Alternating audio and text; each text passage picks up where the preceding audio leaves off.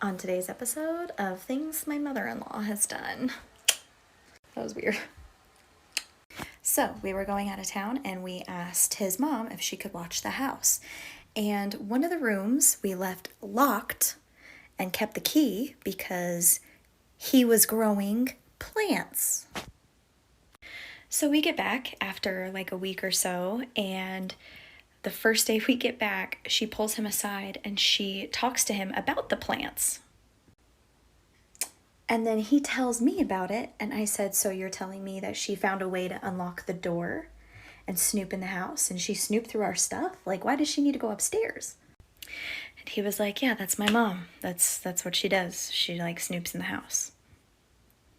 So you want to know what I did the next time she watched the house? I grabbed all the toys that me and her son use, and I put them all over my closet. All over, just out and open. You're welcome. So I was homeschooled in a borderline cult and never really got education about how to deal with the outside world or strangers. So after I left home and lost my faith, I became an art nude model because I had no concept of social norms. So I met this guy online. He said he shot nudes. He said, let's meet in a Walmart parking lot. I show up. There's a windowless van. He shows up with 2 other men. He says, get in the van. It's fine. I get in the van. We drive out into the northern Idaho wilderness for like an hour. This is not the first time I had gotten into a windowless van with a stranger, by the way. So we hike into the Idaho wilderness for, like 15-20 minutes. We hit a remote place where nobody could possibly know where we are. And then he says, get naked. I get naked. They take photos of me. That's it. I have a weirdly high amount of stories where I get into windowless vans with strangers, and then it turns out completely fine, actually. Last year, when I was 24, I was contacted by DCBS, or social service for those that don't know what DCBS is, and they told me that my 13-year-old brother, whom I haven't seen since he was 2 months old, was basically going through the system in foster cares and stuff, and that they were looking for him a home. And in order for me to take him in under my wing into my home, I had to certify as a foster parent, which was a lot of fun, actually. However, I cannot begin to tell you how weird it is when I have to either enroll him in school or tell his other brothers that I've adopted him, because now it's like, you go to school and they're like, what's your relationship with a student? And I'm like, it's complicated. I'm his brother, spelled B-R-A-T-H-E-R. And they just look at me like I'm stupid, which, to be honest, is kind of fair. Or when you have to call up your other brothers and you're like, hey, congratulations, you guys are Broncos. And they're like, what are you talking about? And I'm like, well, I adopted our brother, so technically it makes you guys his uncle and his brother. As his older brother, I find it fun to do what brothers do best, be assholes to each other. Things like, I just wanted to let you know that you're adopted. Story time. Here's how I put my neighbor Karen in her place. So she sends me this text message today. I'm like, hey, what's up? She's like, your daughter pushed my daughter into the pool. She came home soaking wet. I was like, nah, that doesn't sound like something Blair would do. So I was like, but let me talk to her. And then she's like, no, she doesn't lie. I was like, oh, okay, Karen. So I talked to Blair, and she said that her daughter Ashlyn fell off the raft all by herself. So then she goes, no, your daughter's straight up lying. Come over here and apologize. Now, I have surveillance footage, so I went ahead and pulled up the cameras to see what happened.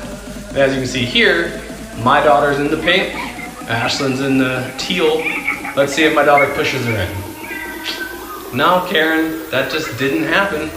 So I go ahead and send her the footage. I'm like, you want to revisit this conversation now?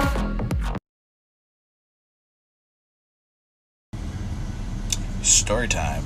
So there is a nursing home that I deliver to on a relatively frequent basis, right? And due to the coronavirus, right now they have rocking chairs set out for the residents to go sit in and enjoy their day.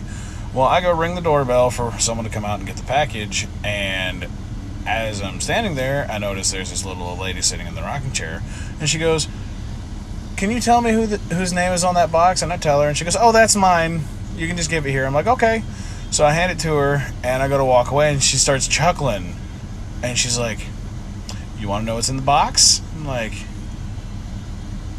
sure. I should not have said yes. This lady starts laughing and goes, I got me one of them rubber weenies. I don't know how to respond to that. I really don't. All y'all like, I'm a savage. Are you? Are you a savage? Did you one time date a producer and when you first started dating you said, are you married or anything weird? And they said no. And so you started dating. And then after a few months, you noticed something was off. So you asked him again and he said no. And you were still a little suspicious. So you ended up finding his marriage certificate online, but no divorce certificate. Because, that stuff is like for the public. And then you found out his wife's yoga studio, so you went, and naturally you guys became friends. Good enough friends that she invited you over for coffee. And you were sitting there having coffee with her one afternoon in her beautiful home, and he came home from work, and you just looked at him like, hi, I'm not the dumb little girl you thought I was. Nice to meet you. Because I think that's a savage. Or psycho. Story time, I just mentally scarred my little sister 2 minutes ago. Backstory, we shared an Amazon Prime account for a while that I thought I was currently logged out of. I wasn't. I get a call from my little sister asking me very excitedly if I was getting a dog. Me being very confused, so I was like, no, why would I be getting a dog? She replies with oh, well, there's a new collar inside the cart, and I asked my roommate and she said it wasn't for our dogs. I let the phone go silent for a minute and all I could say was, oops. And that's all my sister needed to know before she dropped the phone screaming to her roommate, oh my God, it was for her! I can hear her footsteps running away and someone else's footsteps running towards the phone. It was her roommate. She picks up the phone and says, why didn't you buy it? It was only $12. The bottom line is, I am putting new weird shit into her Amazon Prime cart every week now. Story time. So I got a letter in the mail for a toll invoice for my old car, but it was like dated after I had already traded my car in. So I was like super confused because I didn't drive through any tolls and I didn't even have the car at that time. So I texted the guy from the dealership and I was like, hey dude, what's going on with this? And he was like, oh, like send me a picture of the invoice and then like send me a picture with like the timestamp of when you bought the car if you have it or whatever. And I was like, cool. So I go in my camera roll and like screenshot a picture of the car that I took the day I bought it, not realizing that the bottom of my camera roll just shows up. And I sent the fucking picture of my car and I get a reply saying, LMAO, your camera roll. And I look, he's seen my butthole.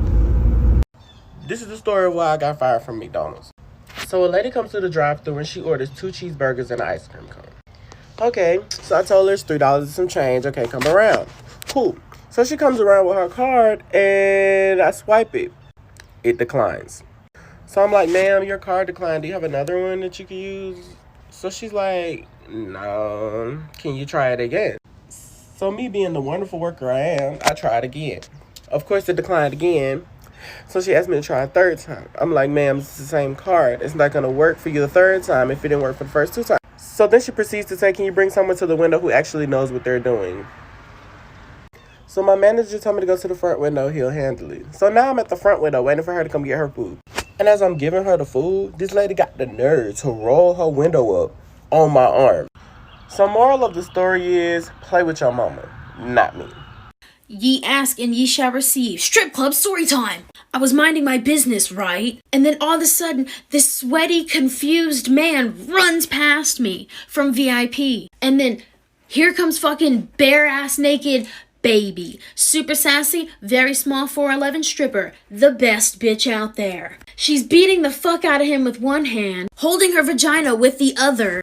Titties swinging, vaginas out. She's beating this dude saying, where's my $60, bitch? He's like, I already paid you. Please don't hit me. She's like, nah, bitch. Give me my $60, bitch. So the bouncer pulls him off. They get it settled, whatever. Apparently he paid. I don't think he really paid, to be honest with you. Baby don't beat nobody's ass for no reason, and definitely not naked.